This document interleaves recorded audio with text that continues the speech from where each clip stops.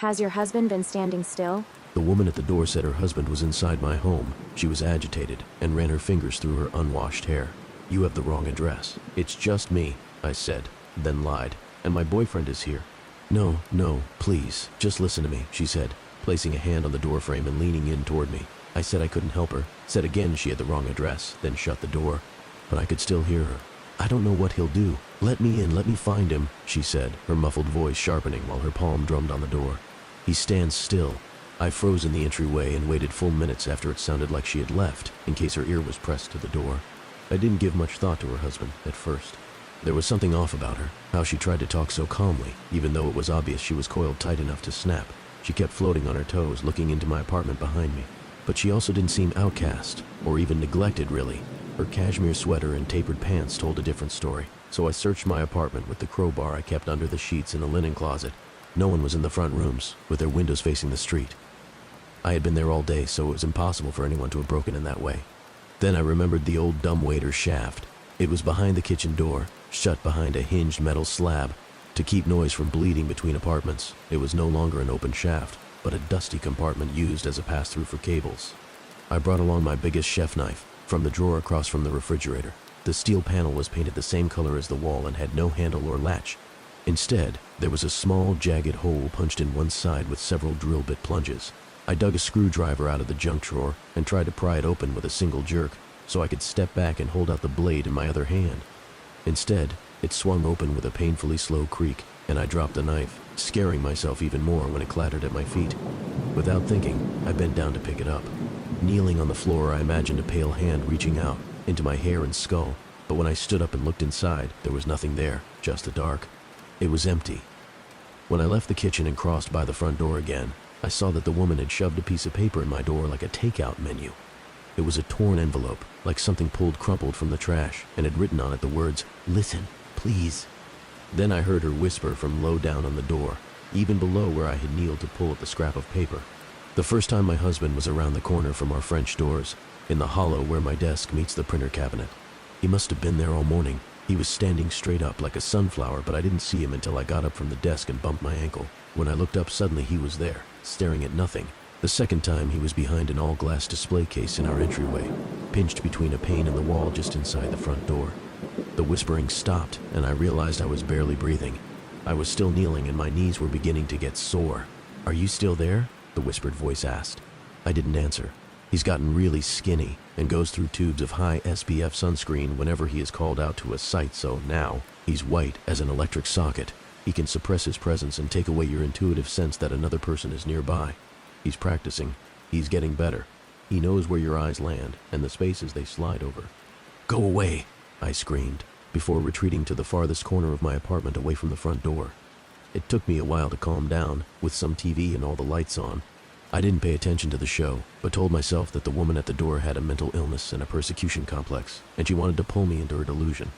I crept to the window and peered into the park across the street from my house. It was small and mostly mown, with a picnic pavilion and a swing set, but right across from me was a shock of forest, rising up curling and unwanted. The sun was still up, but low enough for this thicket to be dark in its own shadows. I looked for her there, expecting I don't know what. 2 red eyes? I didn't see her, and opened the blinds fully.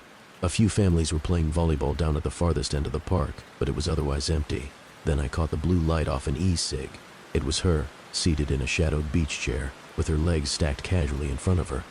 I could barely see her face, but it looked as if she was staring into my windows.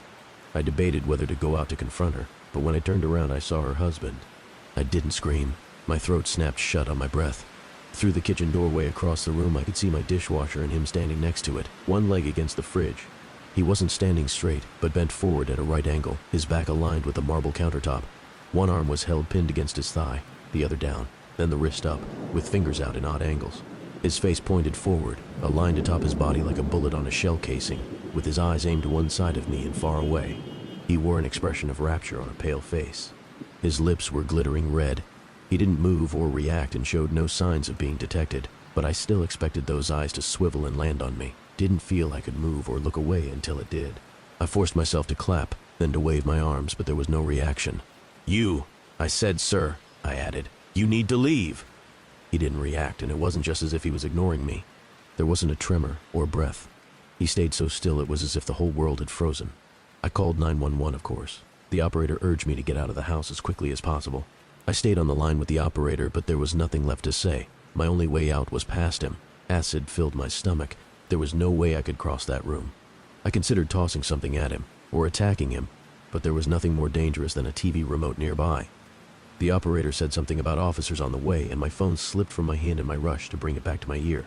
My eyes never dropped from the husband, who didn't flinch when my phone crunched on impact, then clattered across the floor and under the couch. I lowered myself to my hands and knees and considered crawling over and reaching under until I realized it would put him out of sight. It was better to escape. Maybe I could crawl by him without touching him and he'll stay frozen. Or would he just grab me when I got close? I didn't have a choice. At the threshold between hardwood and tile, I looked down at my hands on the floor, and when I looked up, he was gone. But it was only for an instant, because suddenly I could see him again just in front of me. He hadn't moved. My eyes had let him go and struggled to find him again, like he wasn't where I had expected, or if I had somehow forgotten him. The arms holding me up shook so violently that I pitched forward, landing on the side of my face with a smack. I landed right at his feet, but didn't touch him. Pushing back on the heels of my hands, I rolled backwards and slammed into the cabinet behind me, hard enough that I heard the fiberboard crack inside the door. I could crawl by him now, but first watched him for any sign of movement. He was in a khaki t-shirt that didn't quite match the wood cabinetry or stand out from the white refrigerator at his back, nor were his dark pants much of a match for the brushed chrome of the dishwasher, though I could see he had a sliver of something shimmery silver, like a lanyard loop, hanging out from his pocket. I don't know how he could have disappeared from my sight, but he didn't seem to notice me. I strained to keep an eye on him over my shoulders as I crawled past, until I couldn't move slowly any longer. I scrambled to my feet, tumbling into a standing position, then into a headlong run, where I couldn't tell my heartbeats from the pounding of feet on the floor. After struggling with the lock, I finally squeezed through my front door and shut it behind me without looking back. The police came, searched my apartment, found no one. I tried to explain that he might still be there, that they just hadn't seen him, but they wouldn't come back in with me. They wouldn't search the park either. They were annoyed I wouldn't go back inside, but eventually left. I didn't have my phone and didn't know where to go, so I wandered out of my building in a daze. It was dark out now, but the night air felt good. I saw a car double parked, but didn't pay it any attention until the woman pushed open the passenger side door from the driver's seat and waved me over. I'd be embarrassed to describe the horrible things I said to her, but she was calm and composed. She knew how to handle her husband standing still, and was nothing like the woman who first confronted me on my doorstep. I don't want to give her real name, so I'll call her Flora. "I'll teach you to see him," was the first thing Flora told me once I was able to listen. I didn't want to see him or to go anywhere with this person, but I didn't know what else to do. She drove me far outside of the city until I could see stars over a sprawling suburbia. Somewhere nearer the highway, where duplex condos faded into industrial parks, she turned into a multi-acre construction site. It was all blonde dirt, scraped and marked by bulldozer treads. At the center was a cinder block frame that might one day grow into a big box store. She turned off her headlights, and suddenly the feeling I had ignored, in favor of her serene understanding of my situation, could no longer be ignored. I was struck dumb with fear, my sore muscles protesting at being called back to alert. Had I met a couple working together? But she kept talking reasonably, kept her instructions simple, and I found no moment to protest. Instead, I followed her, even let her take me by the hand and pull me, in a circuitous path, out into the center of the standing blocks. She laid out a picnic blanket and urged me to lay on my back next to her with a friendly pat. Inside, I was screaming. "We're in the middle of one of the dimmer meteor showers that doesn't get headlines," she said, "but we can see one every few minutes if we know how to look. Men who stand still," she told me, "can't be searched out like a bird among branches, or a face in the crowd.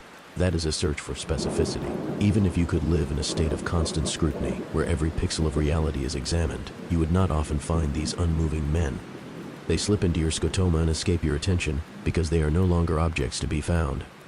"There was one," she said, pointing to a part of the sky. "Did you see that one?" I hadn't. "Because you are darting around looking for shooting stars," she said, "instead of looking at the surface of reality." Her husband had receded into the sky of our day-to-day existence, she said. When standing still, he wasn't an object to be found in space, but had shut down every part of himself to become permanent. She taught me to make my eyes flat and to search without an idea of what I wanted to see. To see them, you can no longer want anything from the sky, she said. You have to deaden yourself to know what surrounds you. I laughed when I saw the first shooting star and forgot about my terrible day. Then there was another and another. "Now please, please, don't be afraid," she said, sitting up and placing her hand on my goose-pimpled forearm. I looked around with my meteor eyes. There were men standing in strange shapes, pressed against the cinder blocks, and standing in the mud at bent angles, and even across the street, holding themselves straight. I see them everywhere now, she whispered. There are so many of them standing still,